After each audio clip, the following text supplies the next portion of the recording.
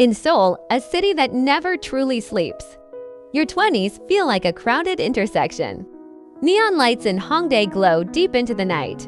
Small cafes in Ixiandong hold half-honest conversations.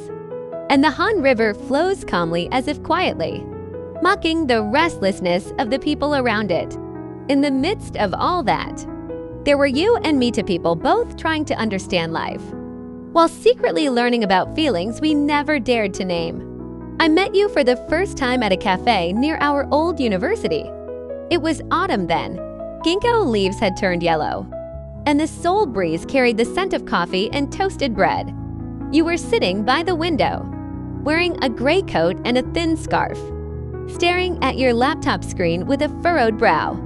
I remember how you looked up when the barista called your name, and how a small smile appeared on your face as if the world suddenly felt a little lighter. Somehow, from that moment on, your presence felt familiar, like an old song whose title I had only just realized. Being in our 20s often forces us to pretend to be strong.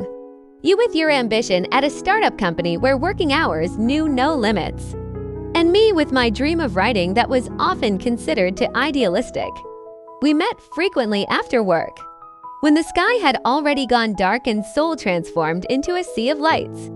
We walked without any real destination, along sidewalks, sharing tteokbokki from street stalls, laughing at trivial things we probably wouldn't remember 5 years later. Yet the warmth that appeared every time our shoulders brushed felt far too real to be called coincidence. There were nights when we sat by the Han River, cold cans of beer in our hands, talking about the future as if it were something that could be neatly planned. You said you wanted to move abroad someday to seek new challenges, while I admitted I was afraid to leave the city that had raised me. In between those conversations, there were silences that felt anything but awkward silences full of meaning. I wanted to ask what all this togetherness meant to you, but my 20s taught me that asking too many questions could ruin something that hadn't even had the chance to grow. Days passed, seasons changed. Winter arrived with thin layers of snow covering rooftops and park benches. We met less often, not because our feelings had changed, but because life demanded our attention in different ways. Short messages replaced long conversations, and late-night calls grew increasingly brief. Still, every time we met, whether for a quick coffee before work or a simple dinner at a small restaurant, it felt like returning to a safe place. I began to realize that our relationship existed in a gray area. Not just friends, but not lovers either. We cared for each other. We showed up for one another. Yet we never dared to take a step further. Perhaps because we were afraid of losing each other once labels were attached. Or perhaps because our 20s were a time when we were far too busy searching for ourselves to define a relationship.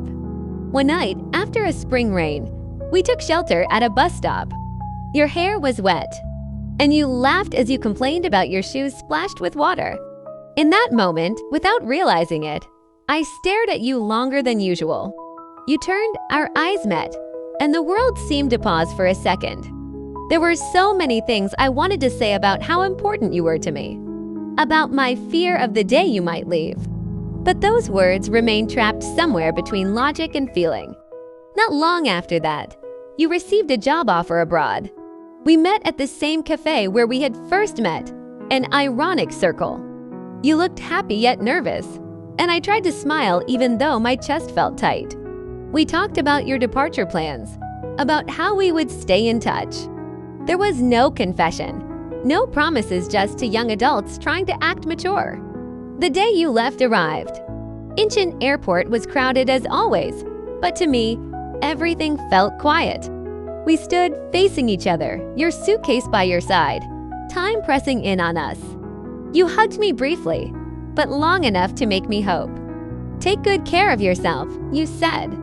I nodded, afraid that if I spoke, my tears would fall. After you were gone, Seoul felt different.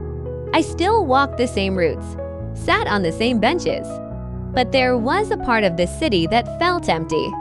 I poured those feelings into my writing, trying to understand what had really happened between us. I realized that not every story needs to end with certainty. Some are simply there to teach us about presence, about loving without possessing. In our 20s, we learned that not every in-between needs to be resolved. Some feelings are enough to be kept as memories. As part of the process of becoming an adult, you may be far away now, chasing your dreams in another country, while I am still here, writing in the corner of a cafe in Seoul, but between us. In that time, there was something, real something that shaped us into more honest versions of ourselves. And perhaps someday, when our 20s are nothing more than stories, we will remember that time with a small smile. About us, about this city, and about everything that once existed between us in our 20s.